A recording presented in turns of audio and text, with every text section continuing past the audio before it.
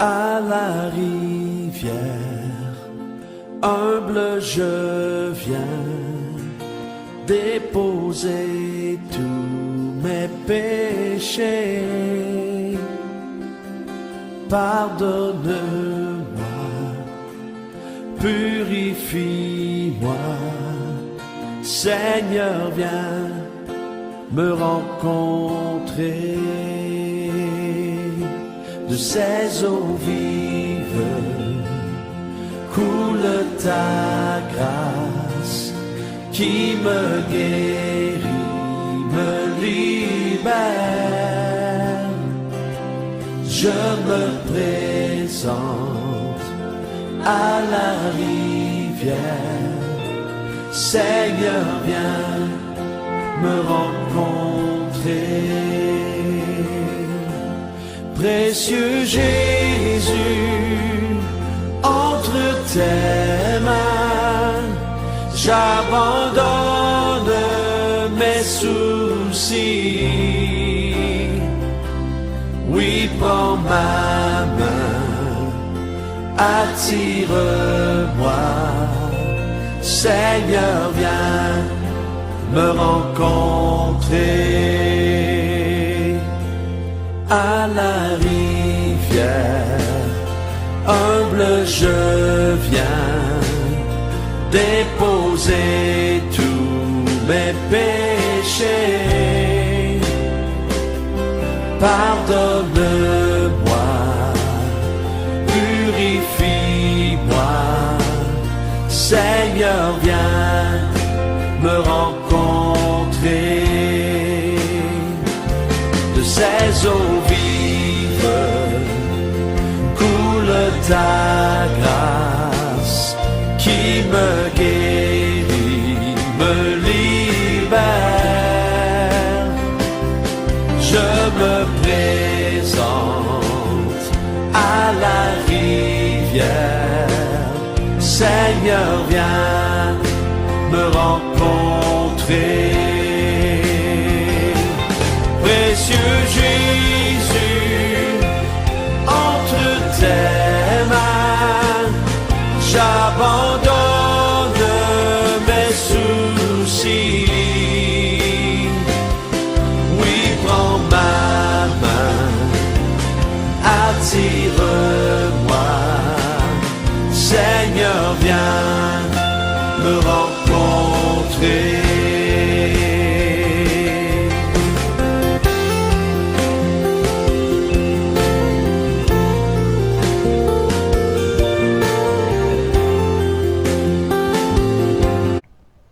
Bonjour bien-aimés, frères et sœurs, amis et connaissances. Mon nom c'est révérend Dr Isaac Nizigama. Je viens en ce jour de la Pentecôte où on célèbre justement l'avènement du Saint-Esprit sur l'Église, partager la parole avec vous au nom des ministères Évangile Vécu. C'est donc le jour de la Pentecôte. C'est un jour très important dans l'histoire de l'Église. Parce que c'est un jour où nous célébrons justement l'accomplissement de la promesse de Jésus-Christ qui avait promis à l'Église, aux disciples, de leur envoyer un consolateur, un autre consolateur, de leur envoyer le Saint-Esprit qui va donc les guider, qui va leur donner la force, la révélation, la puissance, pour pouvoir annoncer la parole de Dieu jusqu'aux extrémités de la terre. Voilà donc, c'est un jour important, un jour qui est donc sans pareil, parce que c'est le jour où véritablement l'Église en tant que telle a commencé, et parce que le Saint-Esprit a été donné à l'Église, les disciples étaient réunis. Et ce n'était pas un esprit qui est donné à un individu, mais à l'ensemble de la communauté. Donc ça, c'est un aspect très important qu'il faut garder à l'esprit. Alors nous allons partager la parole pour aussi demander à Dieu de continuer à répandre son esprit sur son Église, de fortifier les membres de l'Église, de pouvoir guider tous les chrétiens, là où ils se trouvent dans le monde entier, afin qu'ils puissent continuer à cheminer dans la voie du royaume de Dieu, dans la voie de la sainteté, dans la voie du salut. Voilà donc le passage principal sur lequel je vais me baser, c'est celui justement qui se trouve dans Actes chapitre 2, du premier verset au verset 4. Au verset 4. On peut toujours poursuivre pour voir tout ce qui est arrivé, mais je vais me limiter à ces 4 premiers versets. Amen. Alléluia. Le jour de la Pentecôte, ils étaient tous ensemble dans le même lieu. Tout à coup, il vint du ciel un bruit comme celui d'un vent impétueux. Et il remplit toute la maison où ils étaient assis. Des langues semblables à des langues de feu leur apparurent, séparées les unes des autres, et se posèrent sur chacun d'eux. Et ils furent tous remplis du Saint-Esprit, et se mirent à parler en d'autres langues, selon que l'Esprit leur donnait de s'exprimer. Amen. Alléluia. Ils se mirent donc à parler d'autres langues. Ici, il faut d'abord retenir, non pas nécessairement l'aspect extraordinaire qui se passe, un bruit comme celui d'un vent impétueux, des langues de feu, mais ce qui est important à retenir ici, c'est que chacun des disciples qui étaient présents dans ce lieu fut rempli du Saint-Esprit. Rempli du Saint-Esprit. Chacun d'eux. Ils étaient tous ensemble dans un même lieu. Et l'Esprit n'est pas venu sur un individu, n'est pas pour laisser un autre. Il est venu sur chacun d'eux. Ils furent remplis du Saint-Esprit. Et comme signe de cette présence surabondante du Saint-Esprit en eux, ils s'exprimaient en d'autres langues. Et les gens qui étaient là, chacun les entendait dans sa propre langue. Les gens qui étaient à Jérusalem, justement pour la fête de la Pentecôte. Voilà donc, c'est un aspect important. Il ne faut pas oublier que Dieu lui-même avait, par les prophètes, notamment le prophète Joël, prophétisé, et avait donc annoncé l'avènement du Saint-Esprit, de sorte que les gens pourront donc avoir des visions, des songes, des révélations, et même pourront prophétiser un grand nombre. Et même Joël 2, du verset 28 au verset 29. Après cela, je répandrai mon esprit sur toute chair. Vos fils et vos filles prophétiseront. Vos vieillards auront des songes et vos jeunes gens des visions. Même sur les serviteurs et sur les servantes. Dans ces jours-là, je répandrai mon esprit. Amen.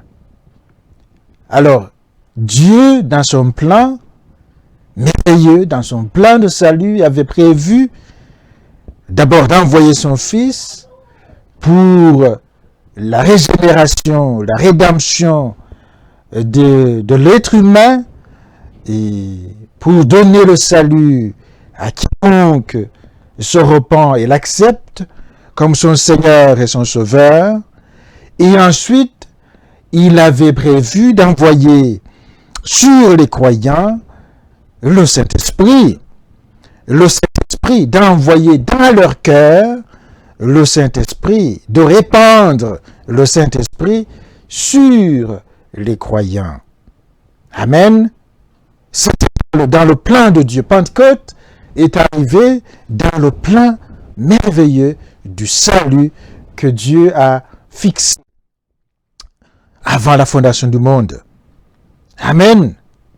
Parce qu'il savait que lorsqu'il allait créer l'être humain, un être libre, à son image, il allait donc utiliser mal cette liberté et pécher contre lui.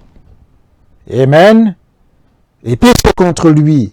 Mais il avait prévu un plan pour pouvoir le ramener.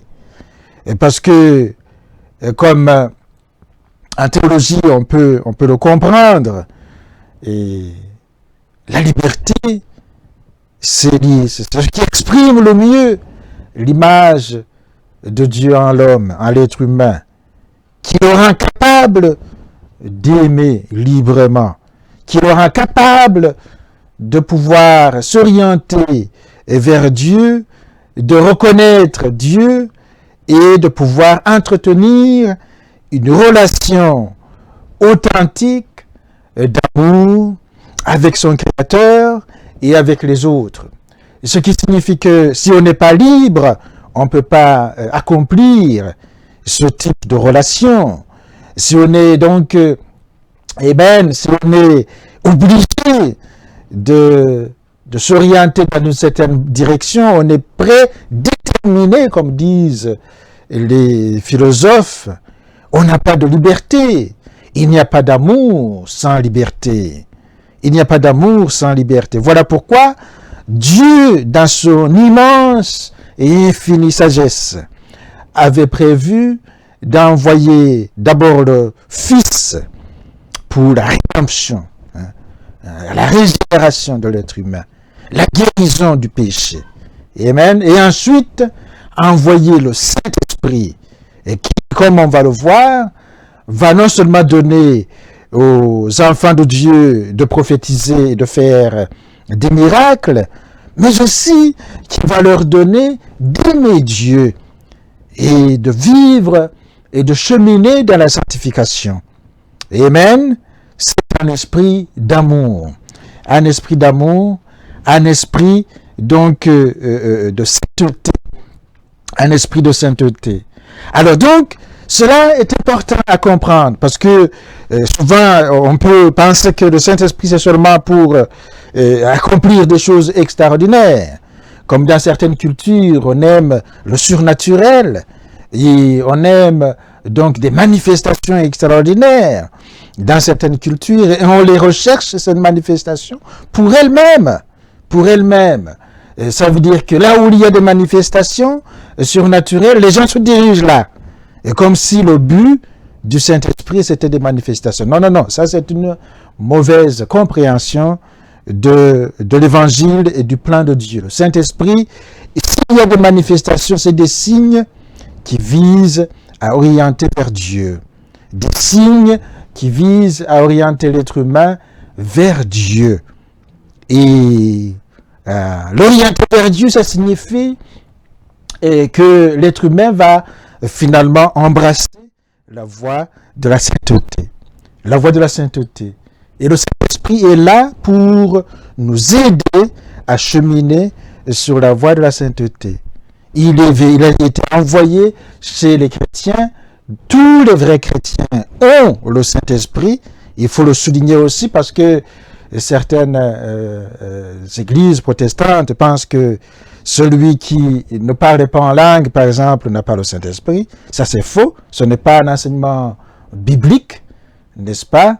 Celui qui est chrétien, véritablement chrétien, qui s'est repenti et qui a reçu Jésus comme son Seigneur et son Sauveur, a reçu le Saint-Esprit et parce que Dieu envoie à tous les croyants, dans le cœur de tous les croyants, le Saint-Esprit. Amen.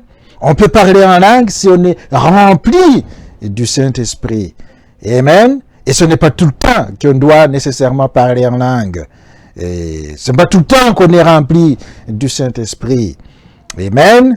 Ça, c'est très important à souligner parce que, bon, il y a beaucoup de doctrines actuellement et les gens peuvent être trompés et s'orienter d'une manière qui ne les aide pas à cheminer sur la voie de la sainteté, qui est la voie donc du salut, et la voie du salut, parce que la parole nous dit clairement que sans la sanctification, personne ne verra le Seigneur. Amen.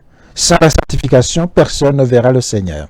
Alors donc, nous avons donc ici le Saint-Esprit qui descend sur l'Église, qui remplit les premiers disciples et qui va rester dans l'Église jusqu'à la fin des temps. Amen. Jusqu'à la fin des temps. La présence du Saint-Esprit, mes frères et sœurs, dans l'Église, c'est la présence du Christ lui-même. Alléluia. Parce que le Christ, l'Esprit qui est présent dans l'Église, c'est l'Esprit du Christ. C'est l'Esprit du Christ. C'est la présence du Christ qui a dit aux disciples, « Je serai avec vous tous les jours jusqu'à la fin du monde. » Amen. Je serai avec vous tous les jours jusqu'à la fin du monde. C'est dans le Saint-Esprit que le Seigneur Jésus est présent. Souvenez-vous aussi qu'il a dit que celui qui croira en lui et qui va l'aimer, qui observera sa parole, ils viendront, il a dit au pluriel, nous viendrons, nous ferons notre demeure chez lui. Ce qui veut dire que toute la Trinité, Dieu Père, Fils et Saint-Esprit, parce qu'ils vivent une unité parfaite, Amen, sont présents dans les vrais chrétiens, dans les vrais croyants.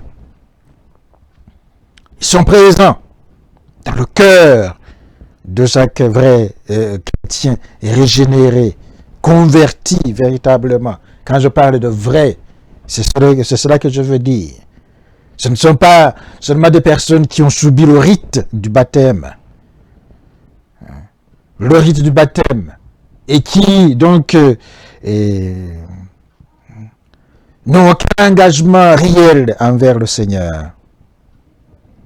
Et qui ne se sont jamais réellement convertis au Christ. Qui n'ont pas accepté la parole de Dieu.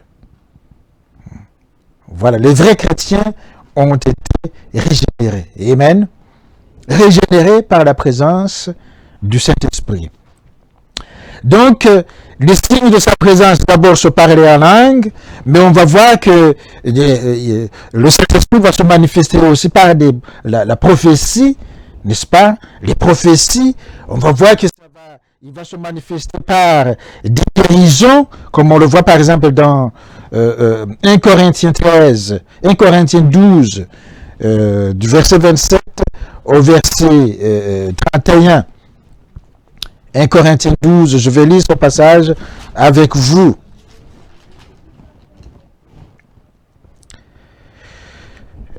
Il est descendu sur l'Église, qui est le corps du Christ. Amen. Vous êtes le corps du Christ. Et vous êtes ses membres. Chacun pour sa part. Donc, 1 Corinthiens 12, versets 27 à 31. Et Dieu a établi dans l'Église, premièrement, des apôtres. Secondement, des prophètes. Troisièmement, des docteurs. Ensuite, ceux qui ont le don des miracles. Puis, ceux qui ont le don de guérir, de secourir, de gouverner, de parler diverses langues.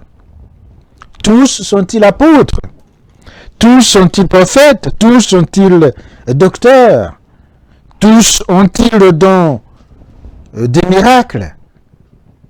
Tous ont-ils le don de guérison? Tous parlent-ils en langue? Tous interprètent-ils? Aspirez aux dons les meilleurs. Et je vais encore vous montrer une voie par excellence. Amen. Alors donc, le Saint-Esprit est descendu à l'Église et il distribue des dons. dans les membres de l'Église, des dons spirituels. Comprendre la présence du Saint-Esprit, c'est savoir que les dons aussi sont diversifiés, mais sont au service du royaume de Dieu. Ce ne sont pas des dons pour juste manifester de la puissance surnaturelle. C'est des dons qui sont au service du royaume de Dieu. Voyez-vous, il y a des apôtres, il y a des prophètes, il y a des docteurs.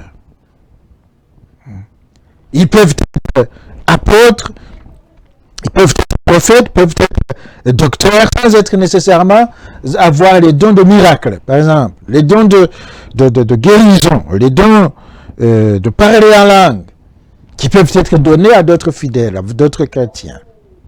Amen. Alors on voit qu'il y a une diversité de dons, mais nous sommes dans la même Église, qui est le corps du Christ. La même Église, le corps du Christ. Et l'apôtre ici insiste pour nous montrer que les dons sont importants dans l'Église, mais il y a une voie plus excellente de vivre conformément à l'appel, conformément à la présence du Saint-Esprit. Amen. Et c'est la voie de l'amour. À 1 Corinthiens 13. C'est la voie de l'amour. Il va le dire de manière claire. Si je parlais en langue, les langues des hommes et des anges. Et si je n'ai pas la charité, je suis un airain qui résonne ou une cymbale qui retentit. Si je n'ai pas l'amour, la charité, je ne suis rien. Et souvenez-vous que la parole de Dieu nous a révélé Dieu comme amour. Comme amour. Cela veut dire que si nous n'avons pas l'amour, même si nous avons d'autres manifestations spirituelles, nous ne sommes rien devant Dieu. Parce que c'est l'amour qui nous identifie le plus à Dieu. Amen.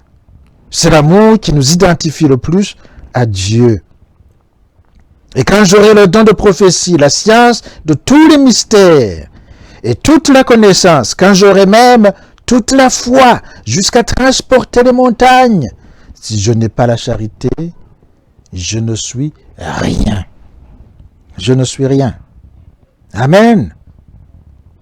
Ça, c'est très important à comprendre. Le Saint-Esprit a été envoyé à l'Église. C'est d'abord un esprit d'amour. Un esprit d'amour. C'est d'abord un esprit d'amour, parce que c'est un esprit de sainteté. Alléluia, ça il faut le garder en tête.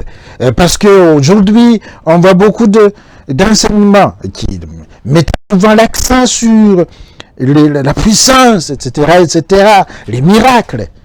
Mais l'amour, où est-il?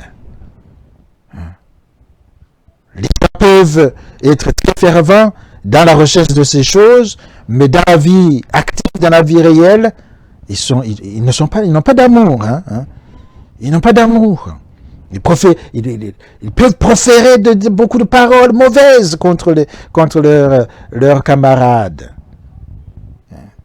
Ils peuvent même se mettre à accomplir des actions contraires à la volonté de Dieu, y compris le meurtre, le vol, etc., etc. Parce que l'amour n'est pas en eux. Amen. 1 Corinthiens 13 nous rappelle que la présence du Saint-Esprit nous aide d'abord à être des personnes capables d'aimer. Amen. Capables d'aimer. Si je n'ai pas l'amour, je ne suis rien. Je ne suis rien.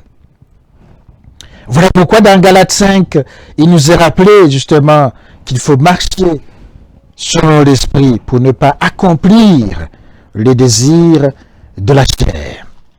Marcher selon l'esprit pour ne pas accomplir les désirs de la chair. Amen. Il faut donc porter des fruits de l'esprit. Porter des fruits de l'esprit. Et ces fruits, et il les a énumérés ici, n'est-ce pas? verset 22, Galates 5, verset 22. Mais le fruit de l'esprit, c'est l'amour. Voilà. Premier fruit de l'esprit, c'est l'amour. C'est l'amour. C'est pas le parler à langue, c'est pas le don des miracles, c'est d'abord l'amour. Le fruit de l'esprit. La joie, la paix, la patience, la bonté, la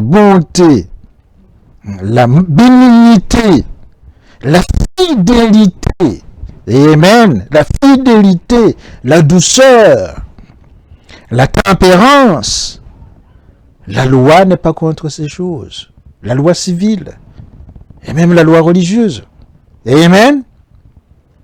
Voyez-vous, le fruit de l'esprit, c'est dans le comportement réel des gens. Amen. Dans le comportement réel des gens, on voit la différence entre celui qui marche selon l'esprit et celui qui ne marche pas selon l'esprit, qui marche selon la chair. Quoi qu'il dise, lui, parce que les paroles peuvent être trompeuses. Amen. Et l'amour, la joie, la paix, la patience, la bonté, la bénignité, la fidélité, la douceur, la tempérance. Et il ajoute au verset 24, ceux qui sont à Christ Jésus, à Jésus-Christ, ont crucifié la chair avec ses passions et ses désirs. Ceux qui sont à Jésus-Christ ont crucifié la chair avec ses passions et ses désirs. Voilà les vrais chrétiens. Amen. Les vrais chrétiens. Si nous vivons par l'esprit, marchons aussi selon l'esprit. L'esprit qui a été donné à l'Église et qui vient dans le cœur de chaque vrai chrétien converti. Marchons donc selon l'esprit. Ne cherchons pas une vaine gloire. Une vaine gloire. Aujourd'hui, on est dans une confusion totale où on peut être dans l'église pour être admiré. Il y en a même qui peuvent donc développer des ministères dans ce sens-là pour devenir de petits dieux dans leur propre ministère. Célèbres, etc., etc. Non seulement parce qu'ils trompent les gens par une sorte d'évangile de la prospérité, l'accumulation des richesses, mais aussi parce qu'ils n'ont pas réellement cette humilité nécessaire qui vise justement à servir l'évangile plutôt qu'à se servir soi-même. N'est-ce pas? Servir l'évangile. Amen. Ne cherchons pas une vaine gloire, en nous provoquant les uns les autres, en nous portant envie les uns les autres. Donc, l'Esprit de Dieu qui a été envoyé à l'Église vise des fruits dans la vie concrète. Amen. Pas seulement des manifestations surnaturelles. Des fruits de la sanctification des chrétiens véritables. Pour la transformation du monde. Amen. Pour être la lumière du monde, on doit se comporter d'une certaine façon, conforme à l'Évangile. Amen. Être la lumière du monde et le sel de la terre. Et le Saint-Esprit est venu justement pour que nous puissions être capables de ça. Dans Jean chapitre 7, verset 37 à 39, le Seigneur lui-même a dit que les vrais croyants qui recevront le Saint-Esprit seront eux-mêmes transformés en source de vive. Amen, en source de vive. 37 à 39. Le dernier jour, le grand jour de la fête, Jésus se tenant debout, s'écria, si quelqu'un a soif, qu'il vienne à moi. Qu'il vienne à moi. Des fleuves de vive couleront de son sein, comme dit l'Écriture, des fleuves d'eau vive couleront de son sang, de son sein. Amen. Il dit cela, nous explique l'évangéliste Jean, il dit cela de l'esprit que devaient recevoir ceux qui croiraient en lui. Car l'esprit n'était pas encore donné, parce que Jésus n'avait pas encore été glorifié. Des fleuves d'eau vive. La présence en toi de l'esprit, c'est une présence qui non seulement te concerne toi, pour ton salut, mais aussi concerne les autres, le témoignage, la vie spirituelle que tu dois répandre autour de toi. Amen. La vie d'amour, la vie de sainteté, la lumière qui brille. On n'allume pas une lampe pour la mettre sur le boisseau, on la met sur un chandelier. Amen. Pour pouvoir éclairer ceux qui sont dans la maison. Eh bien, le chrétien qui a reçu le Saint-Esprit est une lumière qui brille dans les ténèbres. Amen. Voilà donc, en célébrant la fête de la Pentecôte, souvenons-nous justement de ces choses. Le Saint-Esprit a été donné à l'Église pour un but. Pour un but. Et le but, ce n'est pas de nous faire de petits dieux ici sur la terre, de nous transformer en des thaumaturges, des gens qui accomplissent toutes sortes de miracles pour être admirés. Non, non, non. Le Saint-Esprit a été donné à l'Église pour le salut de l'humanité. Amen. Pour le salut de l'humanité. Les chrétiens sont là. D'abord, ils reçoivent le salut, mais ils sont appelés à donc témoigner de ce salut, à le répandre autour d'eux, par une vie conforme à l'Évangile, en suivant le Saint-Esprit dans leur vie concrète. Voilà pourquoi donc il faut prier pour que cela se réalise concrètement dans nos vies, dans nos pays, dans nos églises, dans nos familles. Amen. Que le Saint-Esprit nous transforme en des instruments de paix. Amen. En des instruments, justement, de la lumière de Dieu. Voilà donc, c'est ma prière en ce jour de la Pentecôte, pour toi et pour moi, et pour ma famille, pour mon Église, pour mon ministère. C'est ma prière pour que le Saint-Esprit nous transforme puissamment en instrument de Dieu. Amen, comme disait Saint François d'Assise dans l'Église catholique, qui disait Seigneur, fais de moi un instrument de ta paix. Amen. Et c'est le Saint-Esprit qui opère ces choses en nous. Voilà donc, que le Seigneur vous bénisse et je vous souhaite à vous toutes et tous bonne fête de la Pentecôte. Amen. Alléluia.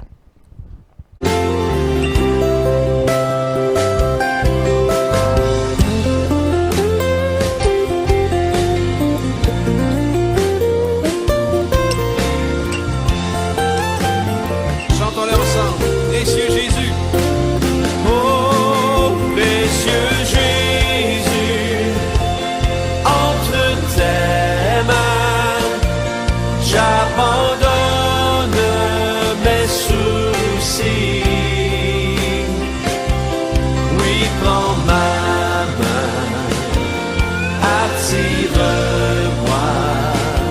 Seigneur, viens me rencontrer. Précieux Jésus, précieux Jésus, entre tes mains, j'abandonne mes soucis. Oui, prends ma main, attire-moi. Seigneur, viens me rencontrer. Viens avec nous à la rivière, trouver la vie éternel. Il t'appelle. Il t'appelle et il t'attend. Jésus veut te rencontrer. Et encore une fois. Viens avec nous à la rivière, trouver la vie éternelle. Il t'appelle et il t'attend. Jésus veut te rencontrer.